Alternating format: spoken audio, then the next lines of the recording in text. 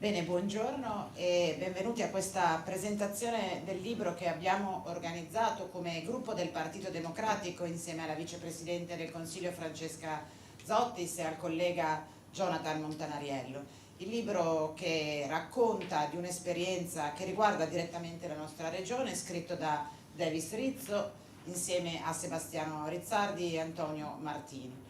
È un libro complicato, non semplice da leggere perché racconta di una delle esperienze più significative in positivo e in negativo, poi cercheremo di capire perché, che riguarda la nostra regione direttamente. Abbiamo voluto presentare questo libro, perdonatemi la provocazione, con il coraggio di parlare di Mose dentro la sede del Consiglio regionale, perché sembra un argomento eliminato dalla memoria di questi palazzi, forse sulla base del timore dell'opinione pubblica, di cosa si può pensare rispetto ad un'opera che in parte nel dibattito collettivo viene ricordata soltanto per gli scandali finanziari che l'hanno in parte che l'hanno coinvolta in parte travolta. In realtà ci piace riprendere questo ragionamento raccontando che quando parliamo del Mose parliamo di una delle più importanti opere idrauliche realizzate nel nostro paese, se non a livello europeo, e soprattutto dell'infrastruttura che mette in sicurezza o ha l'ambizione di mettere in sicurezza la città più bella del mondo. Questo libro però non solo parla del Mose, di cosa è accaduto in quei mesi e in quegli anni drammatici, di come oggi diciamo, la vicenda sia su un binario totalmente diversa, ma racconta anche l'esperienza personale e collettiva di chi attorno a quei fatti e a quell'opera ha avuto il coraggio o l'ambizione di provare a cambiarne il corso. Ed è un libro che da questo punto di vista, ma non voglio spoilerare troppo perché poi ce lo racconterà meglio il protagonista di questo racconto e anche dell'intera vicenda, il presidente Rizzo, racconta di come molto spesso le cose possono andare diversamente se ci sono le persone che decidono da un lato di crederci veramente, col coraggio di affrontare le mille difficoltà che poi credo ci racconteranno, mettendosi in prima persona, mettendoci la faccia, si dice, la propria credibilità per provare a portare a casa il risultato, ma anche la capacità di costruire attorno a questa ambizione una responsabilità collettiva. Nel libro si racconta spesso di come questa esperienza è stata possibile perché attorno all'idea di rilancio, di ripresa, si è costruita una convinzione tra tutte le persone che in qualche modo erano chiamate a collaborare. Quindi una storia che riguarda la nostra regione, che noi riteniamo debba tornare ad essere al centro anche della nostra attenzione. Per questo ovviamente non posso che ringraziare Davis Rizzo, che ha trovato il tempo di scrivere una storia che altrimenti rischiava di essere dimenticata, e Sebastiano Rizzardi non solo per essere qua con noi oggi, ma anche per aver accompagnato la costruzione di questo pensiero messo dentro il libro. Quindi ora lascio davvero alle persone che hanno qualcosa da dire di importante, lascio la parola prima di tutto a Jonathan Montanariello, che ringrazio di essere qui, non soltanto perché è un collega che si occupa di questi temi, ma essendo veneziano penso che con l'esperienza del Mose ci abbia vissuto e convissuto per diversi anni. Grazie Jonathan. Grazie Vanessa, ringrazio il Presidente Rizzo, ringrazio anche Martini e Rizzardi per questo libro e per le motivazioni che prima diceva Vanessa. Io vorrei dire un'altra cosa, io credo che noi dobbiamo essere orgogliosi di questa storia, noi dobbiamo essere orgogliosi perché dietro una parte buia, dietro una parte difficile, di estrema tensione sociale e anche personale, perché ha riguardato molte persone, molti dirigenti, molti lavoratori, molti addetti ai lavori che erano fuori da quella che è stata la parte buia del Mose. C'è anche una parte bella che è quella di chi ci ha creduto e la parte di chi ha tirato fuori delle aziende importanti da una secca quando sembrava già che una storia fosse scritta e fosse scritta al ribasso, da chi ha avuto il coraggio di mettere al centro la tutela di imprese venete, perché ricordiamoci che nel Veneto spesso ci vantiamo del nostro sistema economico, delle imprese, ma in quel momento lì si è quasi lasciato da solo un sistema produttivo di primo livello fatto di imprese, è fatto di lavoratori, è fatto di posti di lavoro. Quindi qui c'è il merito di chi da una situazione sicuramente non positiva, ci ha creduto e ha tentato di tirar fuori dalle secche una realtà economica importante con una storia che sembrava quasi già scritta e non dalla volta di chiusura positiva. Tra l'altro, lo diceva prima Vanessa, ho vissuto anche dal punto di vista sociale in prima persona questa cosa qui, perché il MOSE ha gran parte delle sue opere su Venezia ma anche su Chioggia, e io vi posso garantire che quell'economia in quel momento ha creato drammi sociali. Io lavoravo in un cantiere navale, hanno cominciato a non venire più le barche che facevano i lavori perché lavoravano sul MOSE, e abbiamo cominciato a licenziare gente in cantiere, gente dall'alta specializzazione, non solo sotto gli aspetti ingegneristici o marittimi o edili, ma gente imbarcata a bordo, no? Personale qualificato sotto l'aspetto marittimo ha cominciato a vedere in alcune aziende non avere più lo stipendio, ha cominciato a passare da un reddito buono in virtù delle loro specializzazioni a dover non pagare più i mutui, a dover vendere la macchina, con cittadini che su un tessuto sociale come Chioggia rappresentavano un pezzo di ricchezza vera, ma non perché si toglieva, perché si lavorava. C'era gente che lavorava e ha cominciato a trovarsi da essere un comandante di una nave a non avere più 4, 5, 6, 7 mesi di stipendio. Quindi è stato un momento buio e difficile, che per fortuna dopo, grazie al coraggio di persone che ci hanno creduto, e questo è il ringraziamento personale che faccio anche al Presidente, si è riuscito a rimettere in piedi queste aziende, si è riuscito a ripristinare un rapporto che ha generato lavoro, e oggi dobbiamo dire che va ringraziato, anche se qualcuno non lo vuol dire, anche il fatto che quelle opere sono state finite e che il MOSE funziona e che oggi protegge Venezia, perché c'è stato chi ci ha creduto, perché altrimenti insieme alle aziende si arenava anche il MOSE, e lo abbiamo visto col tema delle conche di navigazione di Chioggia, del rallentamento e poi la spinta che c'è stata. Quindi credo che ci sia un tema che ha coinvolto in alcune comunità questioni anche personali e momenti drammatici in modo trasversale in una vicenda dove oggi vediamo che è un esempio di virtuosità, di coraggio, di impresa coraggiosa, di impresa bella, di impresa buona e di impresa sana, che ha lasciato alle spalle la parte negativa e ha saputo guardare avanti, creando oggi quelle condizioni economiche, sociali e territoriali dove tutti ne andiamo fieri, ma spesso non ci ricordiamo che non è la politica che le ha fatte, ma è stata l'economia, i cittadini e gli stessi lavoratori che hanno continuato a lavorare senza stipendio su quelle barche per mesi, e le aziende che lo stesso hanno fatto per recuperare e anticipare i soldi, e noi dobbiamo essere orgogliosi di questo. Quindi grazie e grazie Presidente. Bene, grazie a tutte e tutti. Io racconto qualcosa che ha a che fare che ha a che fare con come è stato costruito questo libro, e poi vado a fare qualche domanda a Davis Rizzo, interpellandolo proprio su alcuni dei nodi che sono già stati portati, e cioè sul tema di saper fare delle scelte, di fare delle scelte di coraggio e di discontinuità. Bene, questo libro ha anche un pezzetto di inclusione, nel senso che com'è che lo abbiamo costruito? Lo abbiamo costruito con Davis che partiva dai suoi uffici a Marghera e si collegava in Zoom, Antonio Martini da Roma, io da Padova, e facevamo queste call in Zoom in cui lui raccontava la storia. Aveva questo desiderio di svilupparla e quindi facevamo le call in Zoom. Le call in Zoom venivano registrate, al tempo non avevamo voglia di frequentare l'intelligenza artificiale, e quindi uno dei ragazzi autistici della cooperativa sociale che si è occupata della fattura del libro sbobinava tutto la mattina dopo. Quindi lui aveva la sua registrazione di un'ora su Zoom, si metteva al computer, digitalizzava tutto, scriveva tutto quello che ci eravamo detti.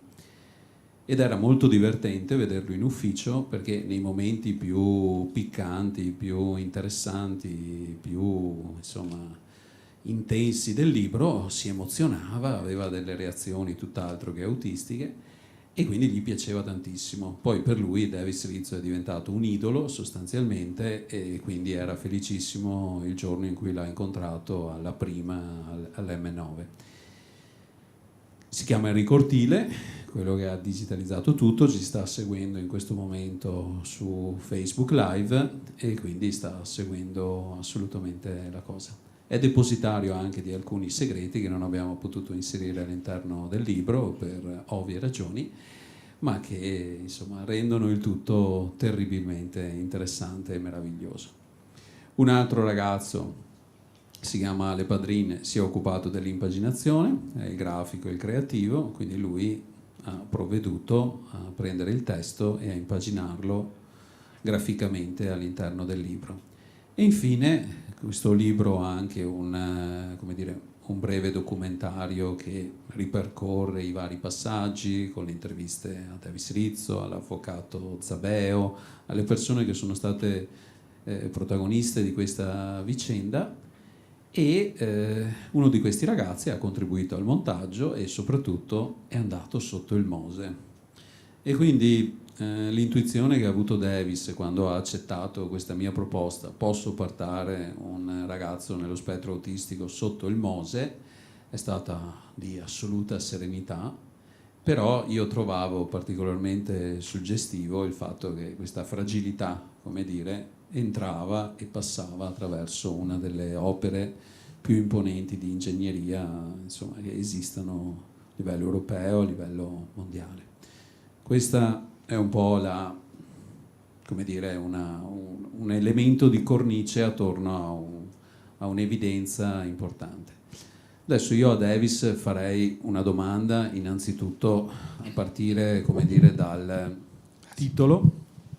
Nel senso, L'Havana Marghera sola andata è il titolo che lui aveva in mente da tempo e nasceva essenzialmente adesso lui ce lo racconterà, da una chiamata che riceve in cui gli dicono che tutti erano dentro.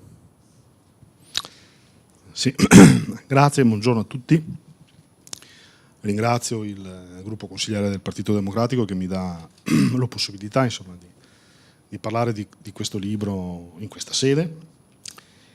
E venendo alla domanda, sì, è evidente che il titolo L'Havana Marghera sola andata è un chiaro espediente narrativo che, da quello che ci risulta, insomma, ha anche funzionato, perché il titolo suscita curiosità, interesse.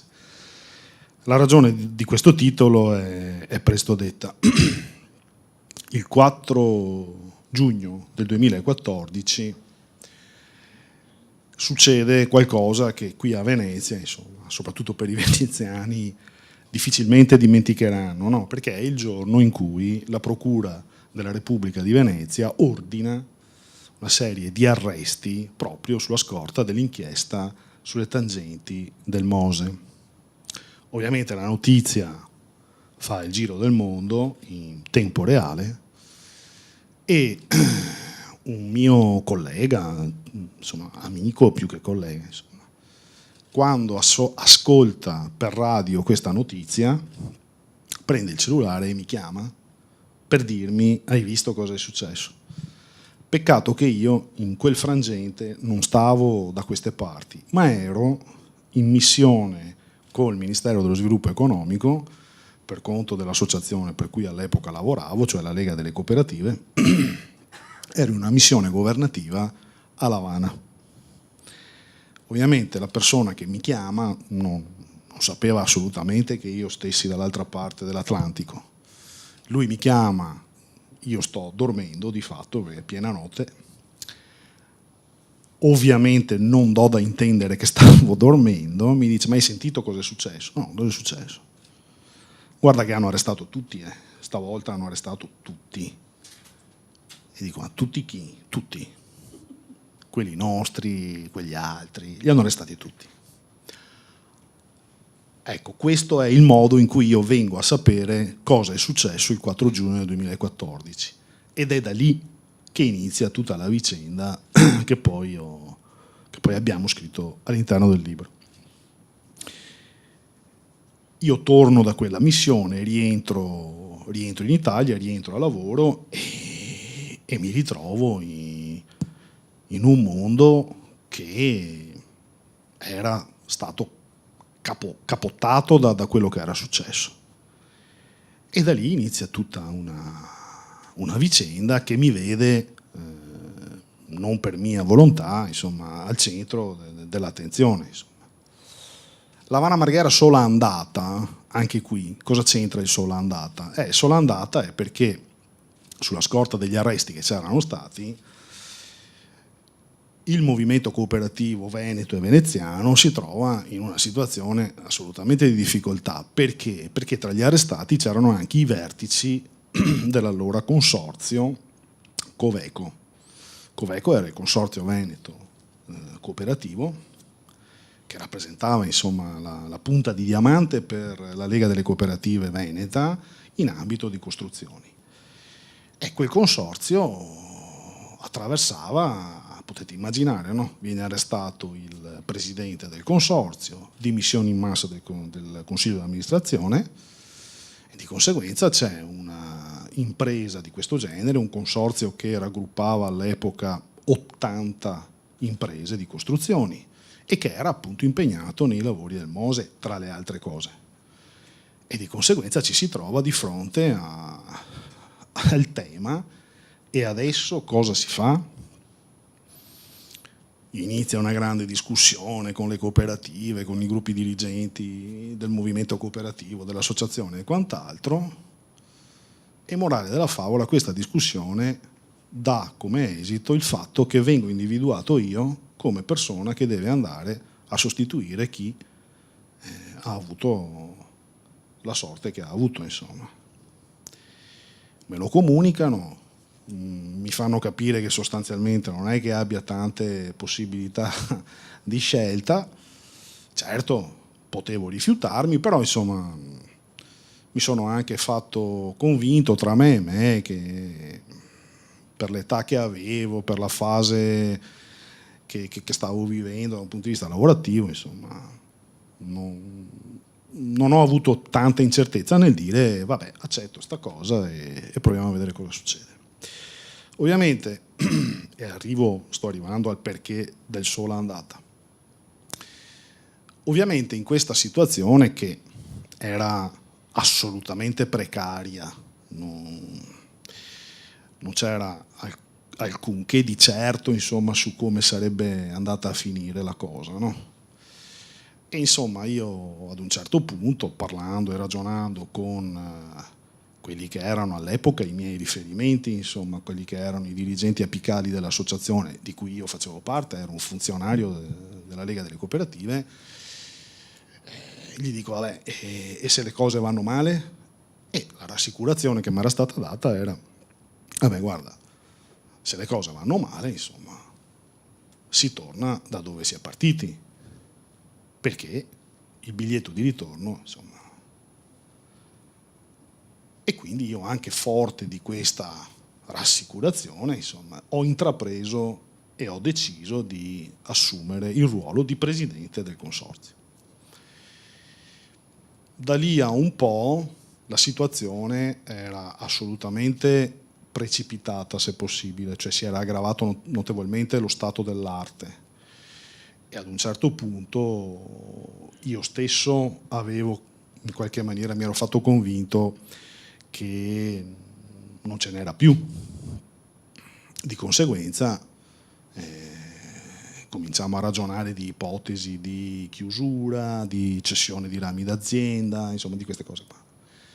E quando iniziamo a fare questo tipo di ragionamento, ad un certo punto io tornai a chiedere, dissi guarda, le cose stanno girando così, quindi insomma erano passati 3-4 anni, insomma, da quando era iniziata la cosa, da quel 2014. E quindi io gli dissi guarda, a sto punto devo per forza esatto, chiederti il biglietto di ritorno, perché qua sta finendo così la storia. E lì mi venne detto guarda, spiace dirlo, però il biglietto di ritorno non c'è. Nel senso che, insomma, mi venne fatto capire, senza tanti giri di parole, che non c'era la possibilità, insomma, di ricollocarmi da un punto di vista lavorativo, perché quello era il tema, non è che ci fossero chissà che discorsi prosaici dietro. io avevo un mutuo, avevo una famiglia con 2 figli piccoli, quindi insomma rimanere senza lavoro rappresentava un problema. E quindi lì quello fu un momento, forse il momento tra i più difficili all'interno di questa vicenda, perché sinceramente dal mio mondo, ecco, non me lo sarei aspettato.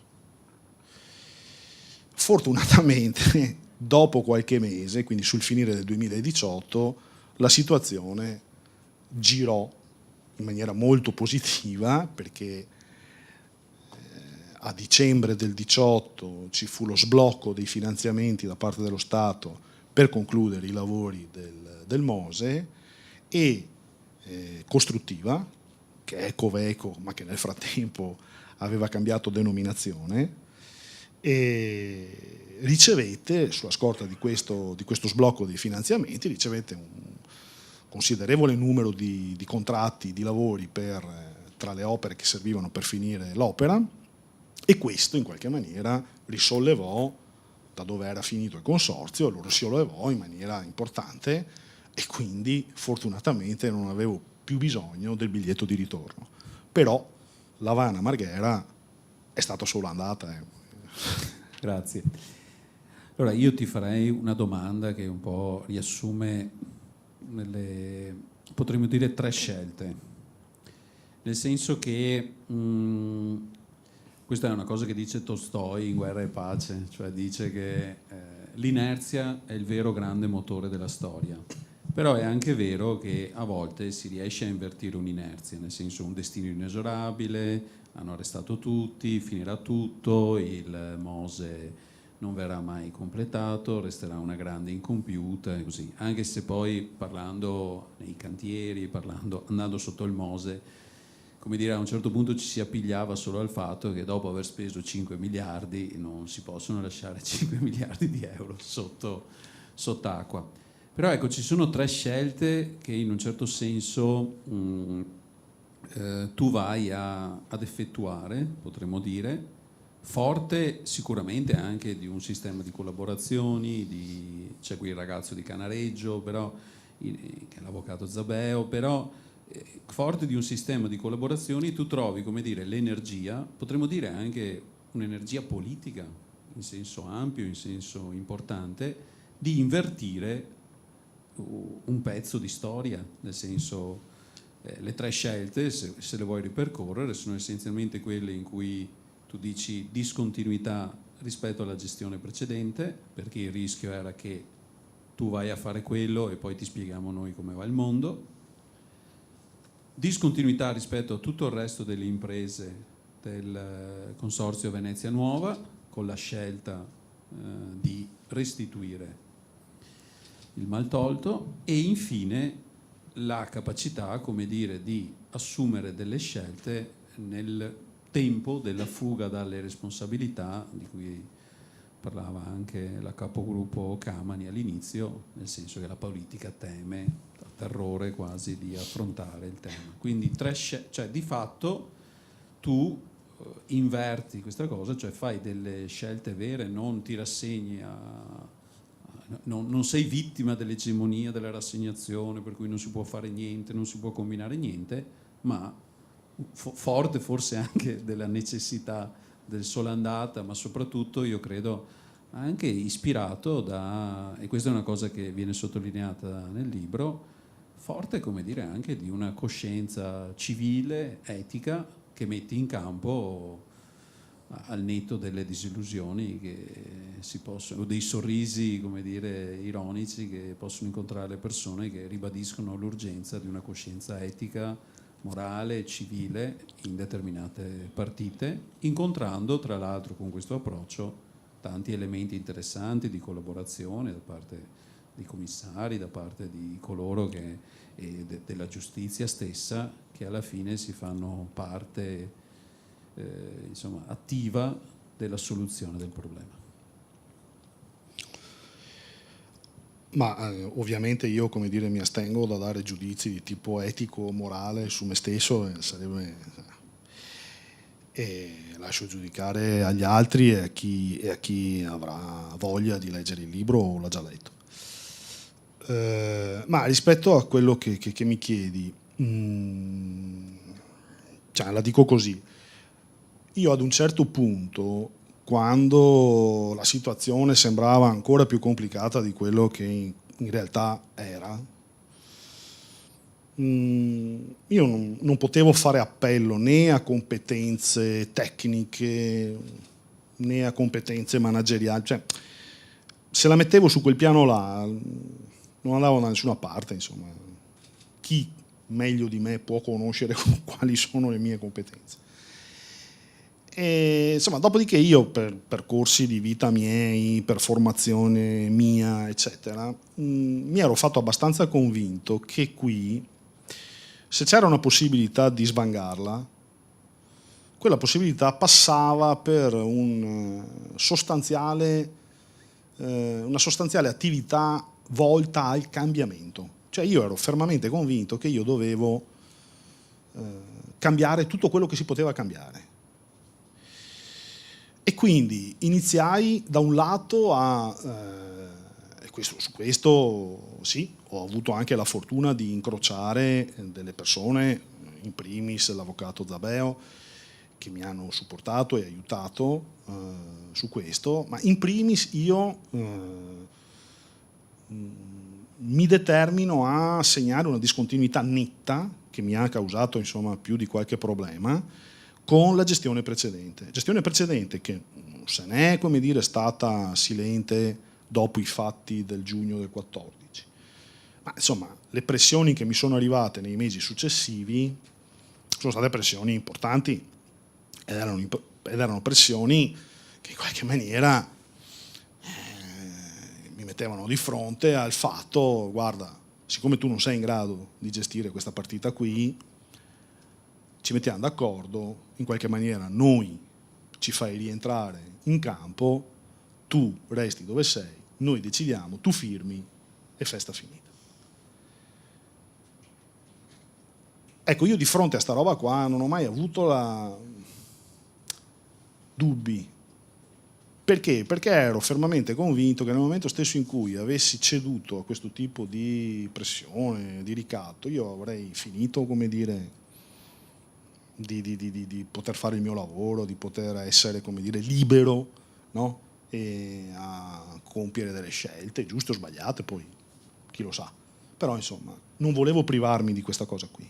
E quindi su questo è partita tutta una questione, anche da un punto di vista legale, molto, molto accesa, molto aspra, dove però abbiamo tenuto il punto. E lo abbiamo tenuto anche perché sapevamo che dissociarci, perché questo è il termine che si usa da un punto di vista proprio giuridico, dalla gestione precedente era necessario in qualche maniera proprio nell'interesse non tanto mio personale, ma proprio della società, perché il rischio era che la società pagasse, per mancata dissociazione, i guasti della gestione precedente. E quindi tutto un lavoro per evitare appunto di farsi condizionare dalle pressioni che arrivavano e per invece aumentare la distanza da chi aveva gestito le cose prima del nostro arrivo. E dovevamo cambiare tutto su questo fronte, quindi dovevamo cambiare la policy aziendale, dovevamo cambiare il nostro approccio verso il mondo esterno, e ad un certo punto noi cambiamo anche, e quindi ci differenziamo rispetto a quello che era l'atteggiamento delle altre imprese impegnate sul MOSE all'epoca. E quella fu anche quella una scelta che abbastanza impopolare anche al nostro interno, ma che si rivelò però una scelta tra le più giuste e tra le più utili, se poi la guardiamo ex post e quali sono stati poi i risultati di quella scelta. Perché?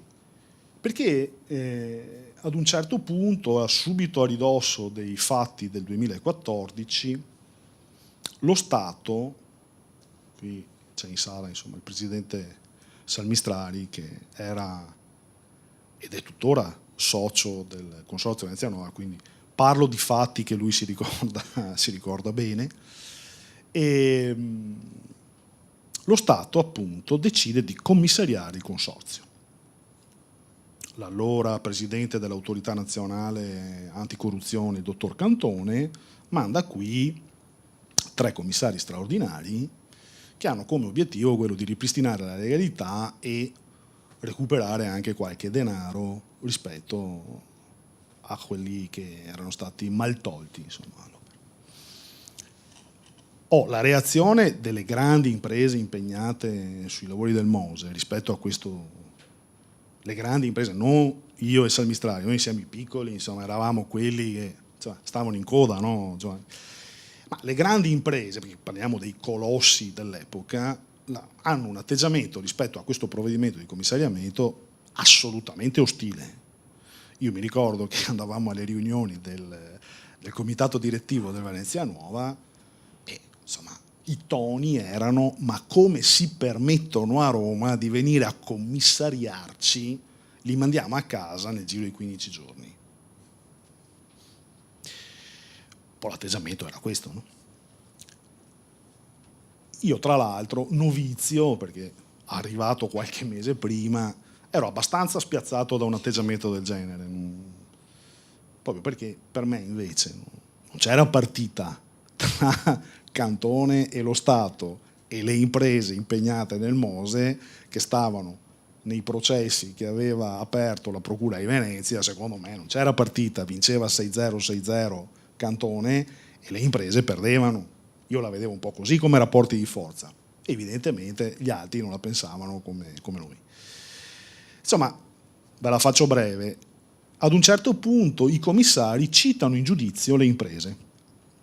Quali imprese? Quelle che, a seguito dell'inchiesta penale, si erano, come dire, manifestate come imprese che avevano partecipato alla falsa fatturazione per svariati milioni di euro nei confronti del consorzio.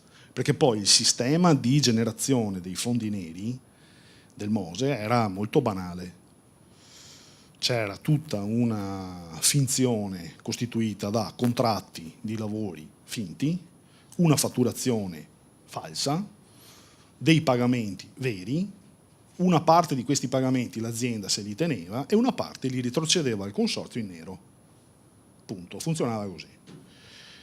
Morale della favola, i commissari citano le imprese, tra cui anche Costruttiva, e citano le imprese con la causale della ripetizione dell'indebito. Cioè i commissari dicono una cosa vera, dicono: guardate, siccome quei lavori per cui siete stati pagati, per cui avete emesso delle false fatture, non sono mai stati realizzati, ma il consorzio li ha pagati, noi vorremmo indietro quei soldi, perché li avete presi indebitamente. Da lì parte tutta una questione processuale dove tutte le imprese coinvolte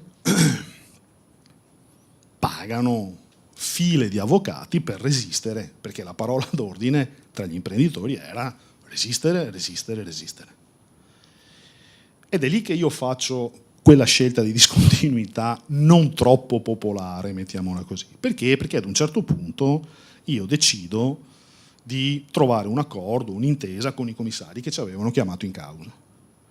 E cioè l'accordo è quello che io propongo a loro di restituire quelli che erano i soldi oggetto di falsa fatturazione che aveva incassato Costruttiva. Parliamo di 7 milioni di euro, 5 milioni e qualcosa più interessi. Questi erano la quota parte nostra. Ed eravamo piccolini noi. E in cambio, perché i commissari mi dicono: va bene Rizzo, e in cambio? E in cambio io gli dissi: in cambio mi fate lavorare. E quindi raggiungemmo un'intesa, un accordo, per cui loro davano da lavorare a me e io restituivo i denari oggetto della causa. È tanto discontinua questa scelta che, da un lato, le altre imprese mi massacrarono quando vennero a sapere di questa mia scelta. Perché? Perché avevo rotto il fronte invece delle imprese che doveva stare appunto arroccato sulle sue posizioni e difendersi nel processo. Io ovviamente una volta che ho raggiunto l'intesa sono stato estromesso dalla causa e quindi costruttiva se ne uscì. Quindi le imprese, le altre coinvolte, non videro proprio benissimo queste cose qua. E dall'altra parte, ed è la cosa che mi ha anche lì un po' deluso, è che la scelta non fu condivisa neanche al mio interno, perché ci furono delle manifestazioni di contrarietà a questo tipo di decisione anche da parte del movimento cooperativo, il quale mi venne a dire: sì, però se tu fai questa scelta qua è un po' una missione di colpa nei confronti dell'universo mondo, no? Io gli dissi: guardate, io non sto facendo nessuna missione di colpa, il fatto che avete fatto quello che avete fatto è certificato dalle sentenze dei tribunali, non perché l'ha detto Davis e Rizzo. Però insomma c'era questo atteggiamento per cui insomma era molto, molto meglio nascondere la polvere sotto il tappeto che non fare un tipo di scelta come quella che è stata fatta. Ed è questo forse, per uno che appunto come me viene da questo mondo e insomma ha sempre considerato questo mondo intriso di determinati valori, di determinate questioni fisse. E questa vicenda insomma mi ha fatto vedere dei lati, degli aspetti che francamente avrei preferito non dover riscontrare, non verso l'esterno, ma quanto proprio verso quella che io considero e che è tuttora casa mia, e la considero da un punto di vista mio personale un po' insomma una delusione. Ma se devo fare un minimo di analisi politica di questa cosa qui, io la vedo invece come un segno di grande debolezza. Cioè questo tentativo di non parlarne, ad esempio, è un segno di debolezza, tra l'altro che io non giustifico, non trovo giustificazione. Perché un'altra storia che si può ritrovare dentro questo libro è che sì, è vero, la cooperazione veneta e veneziana in questa vicenda, insomma, non esce benissimo, perché in quella fase storica dei fatti sono stati accertati, sono successi, e io li riporto, ma non è che li svelo, non sono dei segreti, sono delle sentenze, sono dei fatti acclarati, è storia quella che viene riportata lì. Ma al tempo stesso la cooperazione ha dimostrato in questa vicenda che dai guai in cui si era cacciata ha avuto anche la capacità, ma non perché c'era Davis Rizzo, ma perché la cooperazione sa trovare le risorse anche per uscire dalle situazioni difficili in cui si è cacciata. E quindi rifiutare questa narrazione è un segno di debolezza, secondo me, quando invece potrebbe essere. Io considero questo libro non tanto un libro mio. Sì, certo, lo abbiamo fatto noi, sono io l'autore principale, il protagonista della vicenda, per carità di Dio, ma quel libro è, a volerlo, uno spot straordinario per la cooperazione di questo territorio. Perché lì si dimostra che non è vero che le cooperative sono figlie di un Dio minore, non è vero che le cooperative per forza di cose sono le imprese di serie B o di serie C. Non è vero che le cooperative sono quelle che o passano agli onori della cronaca per male fatte o non passano. Certo, siamo né più né meno uguali agli altri operatori economici, quindi abbiamo anche noi i nostri difetti e abbiamo anche noi le nostre male fatte, ma dobbiamo anche essere consapevoli del fatto che se ci mettiamo lì, a volte le cose hanno anche successo, si riesce anche ad uscire dalle difficoltà. E su questo, secondo me, come movimento, come cooperazione, noi abbiamo molto da lavorare su questo fronte, perché questa storia lo sta a dimostrare, insomma. Ecco. Quindi c'è una sorta di complesso di inferiorità, no? che non deve appartenere a questo mondo, assolutamente. Grazie. E secondo me questo è il grande tema, poi alla fine insomma l'hai affrontato, il tema del subire un'egemonia culturale, quando magari i fatti, e forse il libro anche, l'hai detto benissimo, ha proprio il senso di raccontare che una storia diversa è accaduta, e magari dove grandi colossi alla fine sono falliti, mettendo insieme elementi di cultura, di pensiero, di diritto e anche le buone pratiche, la buona cultura della cooperazione sana, si è riusciti poi alla fine a realizzare qualcosa di davvero imponente. Credo che possa concludere la vicepresidente. Intanto io vi ringrazio insomma, Massimiliano Rizzato, ma soprattutto anche Davis Rizzo, e anche se non è qui con noi Antonio Martini, per quello che avete realizzato.